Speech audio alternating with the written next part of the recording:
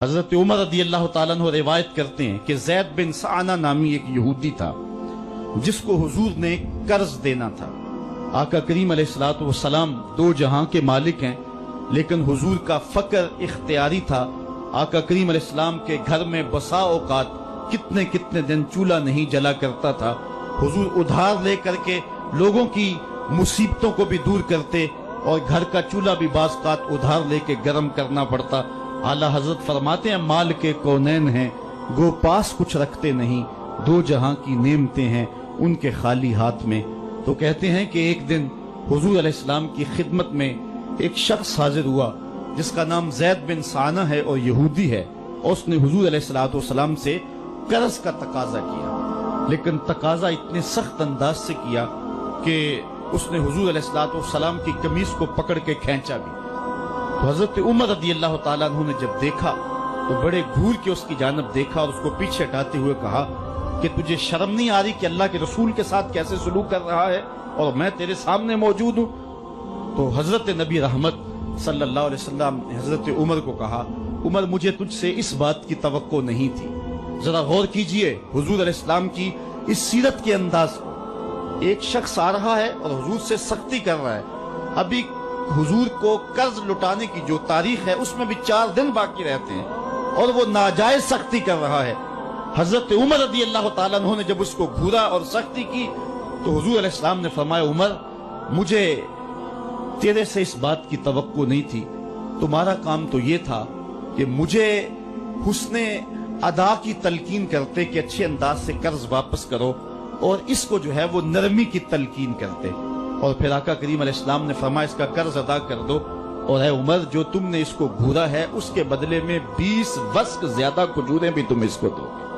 تو زید بن سعانہ نے جب حضور علیہ السلام کی اس سیرت اور اس کردار کو دیکھا اور حضرت عمر رضی اللہ تعالیٰ عنہ 20 وسق اس کو کھجوریں دے رہے تھے، تو اس نے حضرت عمر کو بتایا کہ میں یہودی ہوں اور میں نے تورات کے اندر نبی آخر الزمان کی شان اور عظمتوں کے بیان کو پڑھا ہے، یہ بات ابھی رہ گئی تھی، باقی ساری نشانیاں میں نے حضور میں دیکھ لی تھی، اب یہ نشانی رہ گئی تھی، آج میں نے یہ بھی دیکھ لی۔ اور پھر وہ حضور کی خدمت میں حاضر ہو کر اسلام کے دائرے میں داخل ہو کر حضور کا عبدی غلام بن جاتا ہے۔ تو یہ انداز حضور علیہ السلام کی سیرت کا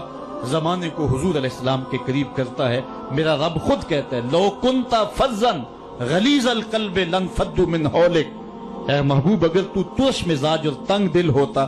تو اتنے لوگ تیرے گرد کبھی بھی جمع نہ ہو پاتے۔ کچھ ان کے خلق نے کچھ ان کے کردار نے کر لی، مسخر ساری دنیا شہ ابرار نے کر لی۔ حضور علیہ السلام کے پیار نے زمانے کو اس قدر قریب کر دیا کہ وہ حضور علیہ السلام پہ جانے قربان کرنے کے لیے ہمہ وقت مستعد اور فعال رہتے تھے۔ جتنا پیار انہوں نے حضور سے کیا ہے کائنات میں اس کی دوسری کوئی مثال نہیں ملتی ہے۔ ایک شاعر کہتا ہے اپنے محبوب کا ذکر کرتے ہوئے، وہ کہتا ہے حافظ شیرازی نے غالباً کہا ہے کہ میرے جیسا محب زمانے میں کوئی نہیں، اس لیے کہ تیرے جیسا زمانے میں محبوب بھی تو کوئی نہیں۔ اگر صحابہ جیسا عاشق تمہیں زمانے میں نہیں ملتا تو محبوب جیسا کوئی صورت و سیرت میں حسین بھی تو زمانے کے اندر تمہیں نہیں ملے گا۔ حضرت سیدنا انس کے لفظ کان رسول اللہ صلی اللہ علیہ وسلم احسن الناس، حضور لوگوں میں سب سے زیادہ حسین ہے۔ اور دوسری بات کان رسول اللہ اجود الناس، حضور سب سے زیادہ سخی ہیں۔ ایک شخص حضور کی خدمت میں حاضر ہوا اور اس نے سوال کیا، 2 پہاڑوں کے درمیان جتنی جگہ ہوتی ہے اتنی بکریاں تھیں حضور کے پاس، حضور نے ساری اس کو عطا کر دی۔ وہ واپس جا کے اپنی قوم سے کہنے لگا کہ محمد عربی ایسا شخص ہے اتنا عطا کرتا ہے کہ پھر کمی کا شائبہ ہی باقی نہیں رہتا۔ تیسری بات حضرت انس فرماتے ہیں کان رسول اللہ صلی اللہ علیہ وسلم احسن الناس و اجود الناس و اشجع الناس، کہتے ہیں کہ حضور جتنے دلیر تھے جتنے بہادر تھے، کائنات کے تر اتنا بہادر ہم نے کوئی نہیں دیکھا۔ مولا کائنات فرماتے تھے جب جنگ کی بھٹی گرم ہوتی تو ہم دیکھتے کہ سب سے آگے بڑھ کر حملہ کرنے والے محمد عربی ہی ہوا کرتے تھے اور ہم حضور علیہ السلام کی اوٹ میں ہوا کرتے تھے۔ آقا کریم علیہ السلام نے اپنی زندگی میں اپنی تلوار سے اور اپنے نیزے سے جو ہے وہ کسی کو قتل نہیں کیا ہے، صرف ابی بن خلف وہ بد نصیب شخص تھا جس نے کہا تھا کہ میں نے گھوڑا رکھا ہے جس کو 16 رتن مکئی کے دانے روز ڈالتا ہوں اور اس گھوڑے کے اوپر سوار ہو کے میں آؤں گا اور اے محمد معاذ اللہ آپ کو شہید کر دوں گا، تو حضور علیہ السلام نے فرمایا اللہ نے چاہا تو میں تجھے قتل کروں گا۔ اور پھر غزوہ احد کے موقع پہ جب وہ آیا، کہنے لگا کہ میرا راستہ چھوڑ دو، اور پھر وہ گھوڑا لے کر کے آگے بڑھا۔ صحابہ آگے بڑھنے لگے تو حضور نے فرمایا پیچھے ہٹ جاؤ۔ حضرت حارث بن سما سے حضور نے چھوٹا سا نیزہ لیا اور آگے بڑھ کے اللہ کے محبوب علیہ السلام نے اس کے گلے کے قریب اس کا ہلکا سا کچوکا دیا، اور چھوٹا سا زخم اس کی گردن پہ لگا تو وہ بھاگتا تھا اور چیختا تھا اور کہتا تھا کہ قاتلنی محمد، محمد نے مجھے قتل کر دیا ہے۔ لشکر والوں نے کہا ابی بن خلف عجیب بات ہے، ایک چھوٹا سا زخم ہے اور تو اتنا شور ڈال رہا ہے۔ اس نے کہا تم نہیں جانتے ہو کہ مجھے کتنی اس کی تکلیف ہو رہی ہے، اگر میری اس تکلیف کو پورے لشکر میں بانٹ دیا جائے تو سارا لشکر مر جائے، جو تکلیف مجھے محمد کی اس ضرب سے پہنچی ہے۔ اس نے کہا مجھے محمد نے کہا تھا کہ تجھے میں قتل کروں گا، اس نے تو پھر مجھے نیزہ مارا ہے، مجھے یقین ہے کہ اگر وہ میری جانب غصے سے تھوک بھی دیتا میں پھر بھی نہ بچ سکتا۔